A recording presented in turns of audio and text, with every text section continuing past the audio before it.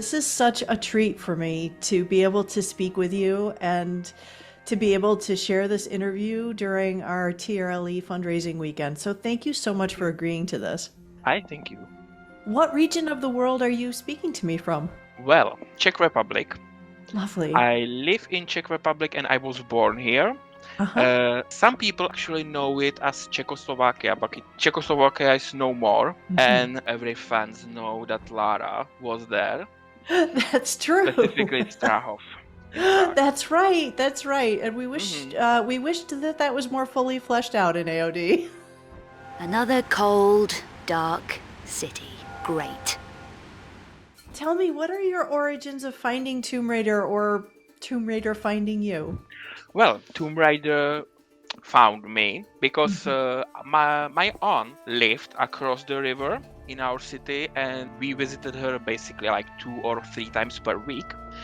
And obviously I was 7, so bored among the adults, so she decided to give me PS1 controller and started for me unknown game, specifically cistern. And I remember vividly, like, she started, went to the main cistern, killed the crocodiles with Uzis, and she gave me the controller. And honestly, I fell in love with that game. I was playing like for an hour maybe, and actually in that hour I managed to enter the room with the key behind Pierre. And for me it was amazing progress back then. The second time my cousin told me to play the Great Pyramid. I almost had a heart attack because of the torso boss, obviously, and he told me, just jump down, it's safe down there. It wasn't.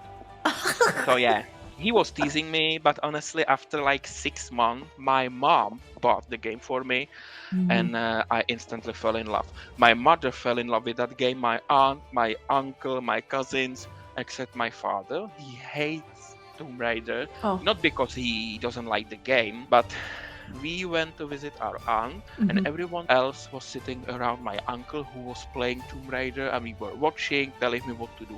And he was alone in the kitchen, so that's why he doesn't like that game. He felt lonely because of Tomb Raider. Yes, exactly. Lara was his biggest enemy. That's amazing. And when and how did you start level building? Well, I think it was around 2008 or 2009. I can honestly remember, but even before I ever discovered the editor, even as a child, I was kind of imagining my own tomb, especially Egypt. But I remember I was bored on the internet and I tried to type something like Tomb Raider custom levels. And obviously the results opened my eyes, like totally. And the first page I actually discovered was Czech page. And my first editor was the unofficial one. I think it was TRX3D, or I cannot spell the name honestly. And it took like few years. And my first ever released game was Crystal of Life. And it was a gift for my aunt, Christmas gift. I had like 4 months, so some levels are basically 2 or 3 minutes. It's full of bugs, errors, mistakes. It's not tested, but it's finishable for sure. But well, not perfect, but I wouldn't say it's exactly bad for a first released game. But sometimes I wish I could just delete it. You have mixed feelings about it. Your work is so admired and so played by so many people. I mean, you are famous in the community now. Thank you. But it's true. I was releasing levels. Agent XP played them, and I'm sure other streamers played them before, but I wasn't exactly Twitch person, so I only knew Agent XP back then. And she was always nice to me. She always gave me like live feedback basically for every room. And for me, the most famous level was actually the Mystery of the Lost Pyramid. That was maybe the first that was kinda like good or great in my opinion. And after that I had some project, but obviously the biggest project I am known for is Sabatu's Tomb Raider 1.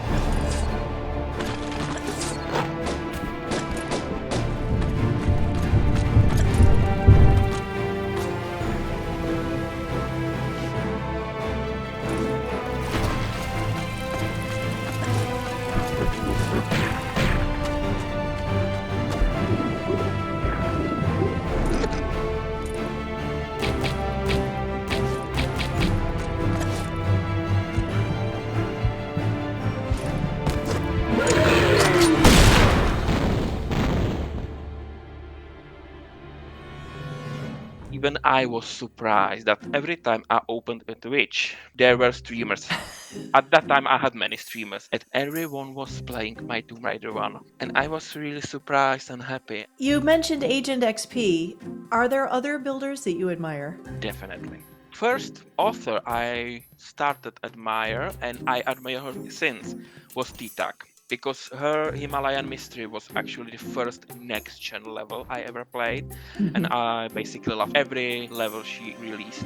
Then there is Agent XP, because not only I admire her building skills, I love her building streams, but she actually helped me. One day I asked her that I have a big cave and I have no idea how to fill that big cave because it was empty. And she told me one sentence that honestly keeps helping me with every project. If you have something big and you want to fill it, just add something green, like greenery, moss, everything. And she was right. Like basically, if you add something green inside the level, it's better.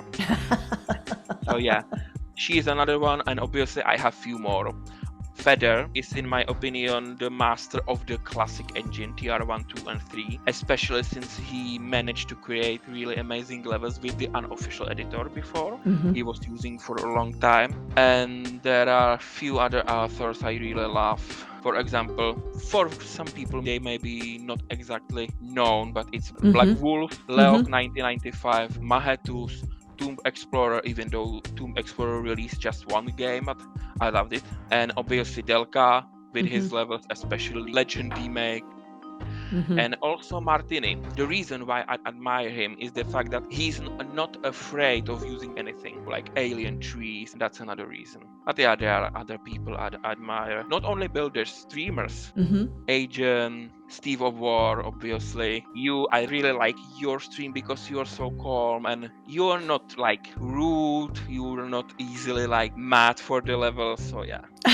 And many other people. It's such a great community, isn't it? There's so many fantastic Yes. streamers and fantastic builders, and I am just hoping that this helps to get the word out, because even though like DJ for the Crystal, community streams did so much to bring TRLEs out into the world, still people don't know about them. It's kind of surprising to me, but yeah, I just want people to know more about all the love and all the care and all the time that goes into these fantastic levels. That's true. About DJ, that's especially true because I like the fact that he plays level others would probably never play. Because obviously if you select level to play, you obviously check the screenshots, and sometimes the screenshots are not exactly appealing to your eyes, but he's not afraid playing them. And I discovered that even though the level is not exactly beautiful, the level itself, the gameplay is actually really good.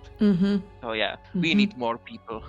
We do. So you are going to continue to work on your Tomb Raider projects. Yes. I think some people know this, but sometimes I slightly regret one thing, and it's the fact that I promised I will create Sabatu's Tomb Raider 2, 3, 4, and 5. Because back then I did not realize how big the projects are. But I am enjoying making them. But it's slow. I made my TR1 in like 4 months with testing, but it was because I always wanted to make Tomb Raider 1 levels. I love the locations. So that's why it was fast for me. Not exactly fast anymore, but if you look at Tomb Raider 1 and Tomb Raider 2, no colored lighting, just simple geometry, so it's easier to create them. But obviously with TR3, 4, and 5, it's more complex. It's why it takes longer time for me, but yes, I want to finish them. I promised it and I will finish them. And it actually started my YouTube channel. Oh, fantastic. That's amazing. Thank you so much for speaking with me. If people want to reach out to you, are there places people can find you? My YouTube channel, obviously they can send comment, and I am on Discord. Great. I think it's public. It's under every my video, and obviously I am in a few Discord servers and TR forum. Excellent.